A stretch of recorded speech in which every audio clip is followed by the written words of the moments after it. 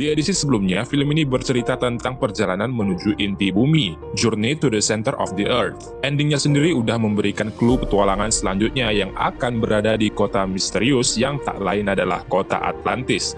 Apakah kota misterius itu benar-benar ada dan apakah benar-benar ada kehidupan di sana? Langsung aja kita bahas pembahasan filmnya. Ini dia spoiler film Mysterious Island.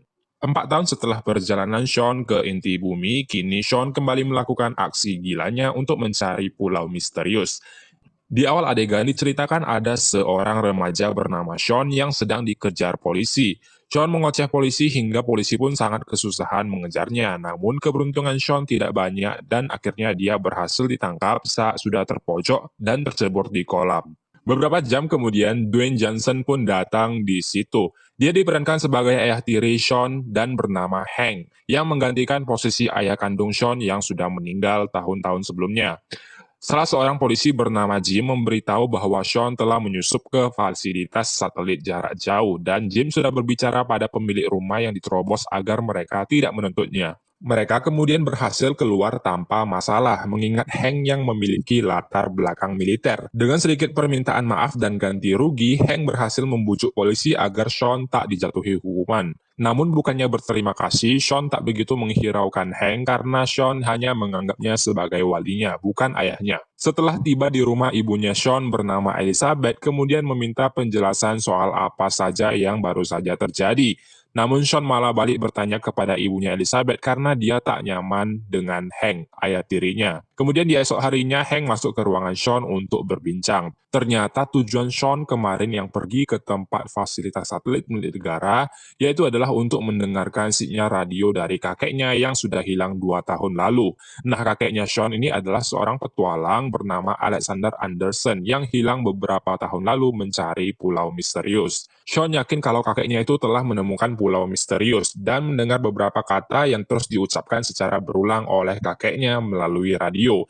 Itu seperti kode yang harus dipecahkan. Namun Sean tak mengerti sama sekali kode yang diberikan oleh kakeknya. Untungnya dengan bantuan Hank yang sedikit berlatar belakang militer, mereka pun mengumpulkan satu demi satu petunjuk teka-teki itu dari berbagai buku para penjelajah dunia hingga akhirnya terbentuklah satu gambar penuh sebuah pulau misterius berserta koordinatnya. Setelah koordinat sudah ketemu, Sean bersikeras untuk pergi ke pulau itu, namun tentu Hank tidak memberikan izin karena pulau tersebut hanyalah sebuah fiksi. Hank kemudian berbicara kepada ibunya Sean. Ibunya Sean pun berkata kalau kakeknya Sean memang sangat penting di dalam hatinya. Dia tak pernah membuka diri lagi sejak kehilangan ayahnya dan kakeknya yang juga hilang. Mendengar hal itu, Hank pun turut bersimpati. Dia memiliki sebuah ide di mana dia akan menemaninya pergi ke pulau itu. Hank hanya bermaksud untuk menghiburnya. Setelah mengetahui apabila pulau itu tak ada, mereka akan balik dan Sean merasa puas karena pulau itu memang tidak pernah ada. Hank kemudian masuk ke dalam kamar Sean dan mengajaknya pergi ke pulau misterius dengan catatan mereka harus pergi bersama. Mereka akhirnya pergi ke sebuah pelabuhan di daerah Palau. Mereka bermaksud untuk mencari transportasi kendaraan untuk pergi ke lokasi pulau misterius yang dimaksud. Tapi tak ada kapal yang ingin mengantarkan mereka ke titik koordinat itu karena dianggap tempat itu tak lain hanya segerombolan badai yang sangat besar. Sean kemudian berteriak kalau mereka berani membayar $1.000 sekali perjalanan. Mendengar hal itu, tiba-tiba salah satu pelayar di sana bernama Gabato langsung menawarkan diri dan siap mengantarkan mereka ke sana. Gabato memang sedang membutuhkan uang untuk biaya kuliah anaknya bernama Kailani. Gabato memiliki sebuah pesawat yang tampak sudah tua dan tak berfungsi secara baik. Karena mereka ingin pergi ke tempat berbahaya, Kailani malah menaikkan biaya transportasi menjadi $3.000. Hank kemudian pun terpaksa membayar $3.000 karena hanya mereka yang ingin terbang ke sana, ditambah lagi Sean yang langsung terpesona melihat kecantikan Kailani.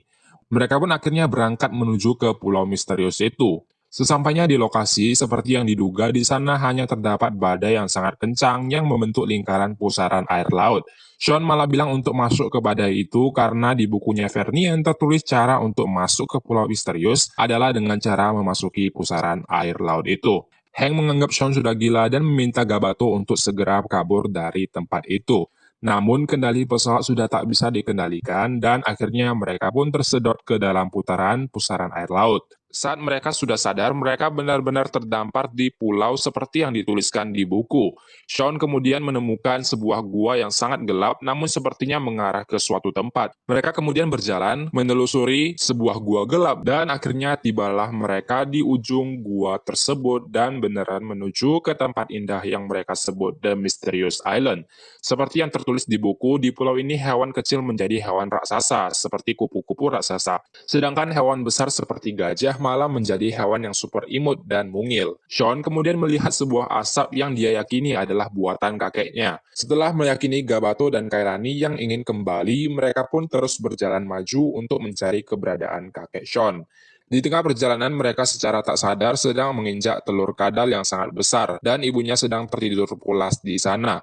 Mereka pun berjalan pelan namun pasti. Namun sialnya, karena Gabato menginjak salah satu telur yang sudah rapuh, dan malah memecahkan telurnya masuk ke dalam telur tersebut. Induk kadal pun bangun dan mereka segera lari dari tempat itu. Saat sudah terpojok dan tak memiliki jalan keluar, tiba-tiba ada seseorang yang sudah memasang perangkap yang akhirnya membuat kadal raksasa pingsan. Orang tersebut tak lain adalah kakek Anderson bernama Alexander Anderson. Melihat hal itu, Sean pun sangat sedang karena akhirnya kembali bertemu dengan kakeknya. Mereka akhirnya sampai di rumah Alexander, si kakeknya. Saking gabutnya di rumah itu, bahkan si Alexander membuat sebuah TV alam dan juga sebuah radio. Tapi sayangnya mereka hanya bisa menggunakan radio itu 2 minggu kemudian di saat posisi satelit komunikasi berada di jalur yang tepat.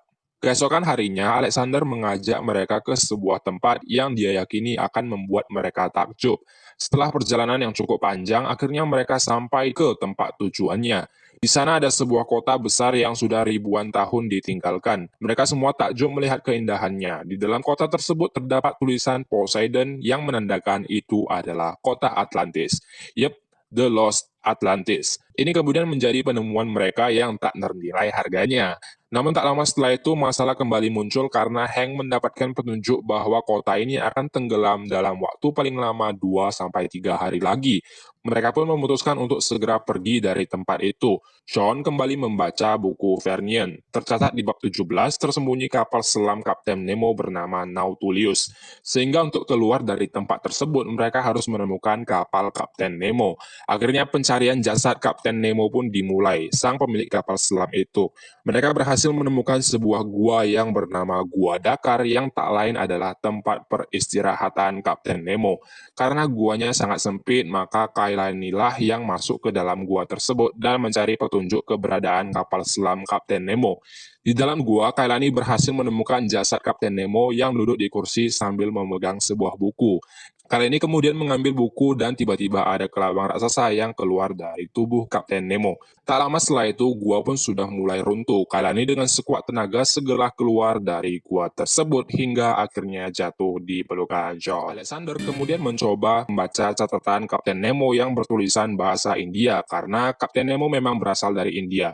Di catatan tertulis kalau kapal selam Nautilus berada di sisi lain pulau, tepatnya di bawah karang Poseidon. Mereka pun kemudian menyusuri pulau misterius itu menuju lokasi kapal selam tersebut.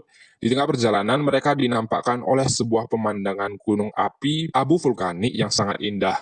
Namun bukan abu vulkanik yang dikeluarkan, gunung tersebut malah mengeluarkan semburan emas. Sean bermaksud untuk pergi ke gunung api emas tersebut dan melanjutkan penemuan mereka menjadi lebih hebat lagi. Namun hal itu dilarang karena waktu mereka tidak banyak, karena pulaunya akan segera tenggelam. Akhirnya mereka memutuskan untuk mengabaikan emas abu vulkanik dan melanjutkan perjalanan. Masalah kembali muncul ketika mereka dihadapkan dengan tebing yang sangat tinggi dan tak ada jalan menuju ke atas sana. Kakek Alexander selalu beranggapan ada solusi di balik setiap masalah, yang tak lain solusinya adalah mengendarai lebah raksasa di sana. Mereka bertiga pun akhirnya terbang melewati tebing tinggi menggunakan lebah tersebut. Masalah tak berhenti sampai di situ ketika mereka harus dihadapi 3 ekor burung samar yang sedang mencari makan. Ketika Sean sedang berusaha melewati kejaran burung camar tersebut, Kailani kemudian terjatuh dari atas lebah. Namun beruntungnya Sean masih bisa menolongnya sebelum terhempas ke tanah. Setelah melalui perjuangan keras, akhirnya mereka pun berhasil mengalahkan ketiga burung camar tersebut. Namun sayangnya kaki Sean harus terkilir parah saat menjebak salah satu burung camar tadi. Hari mulai gelap dan kemudian mereka pun memutuskan untuk mencari tempat beristirahat.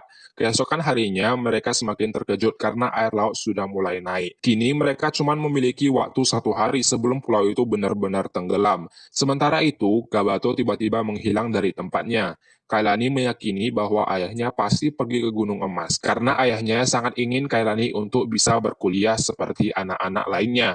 Akhirnya Alexander dan Kailani pun pergi menjemput Gabato, sedangkan Sean dan Hank mencari kapal selam Nautilus untuk menjemput mereka nanti.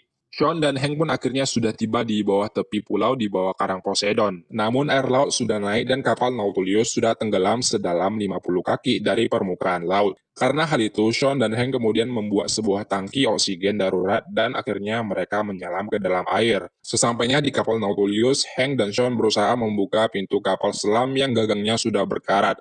Tapi tiba-tiba muncul sebuah hewan aneh di pulau itu yang tak lain adalah belut elektrik raksasa. Untungnya mereka berhasil masuk ke dalam kapal sebelum belut itu menyengat mereka. Di dalam kapal, masalah kembali muncul ketika aki dari kapal selam itu sudah tak mau menyala karena sudah berusia sangat tua dan tak memiliki cukup tenaga listrik. Hank akhirnya mempunyai ide untuk mengambil pasokan daya dari sengatan belut elektrik yang tadi menyerang mereka. Karena hal itu, daya kapal pun kembali terisi dan kembali bisa dinyalakan. Di sisi lain, Kailani dan Alexander berhasil menemukan Gabato yang sedang menggali emas. Namun akhirnya mereka memutuskan untuk meninggalkan emas tersebut dan segera pergi ke tepi pantai. Sesampainya di tepi pantai, perjalanan tak begitu mulus ketika air laut sudah mengguncang seluruh pulau tersebut. Mereka pun tak memiliki banyak waktu dan harus segera melompat dari sana. Untungnya, Sean dan Hank kemudian datang di waktu yang tepat dan berhasil menyelamatkan mereka dengan kapal Nautilus yang sudah berfungsi tadi.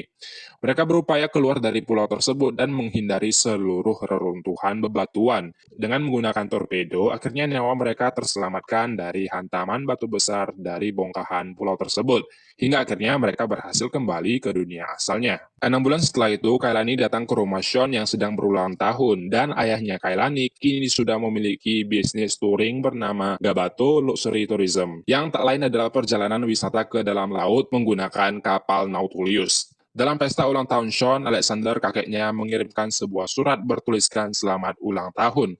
Namun ternyata si kakek Alexander ini tak berada jauh dan juga menghampiri Sean di rumahnya. Alexander memberikan sebuah hadiah ulang tahun yang tak lain adalah sebuah buku berjudul From the Earth to the Moon, yang tak lain berisikan cara perjalanan ke bulan. Sungguh tempat tongkrongan yang super ekstrim.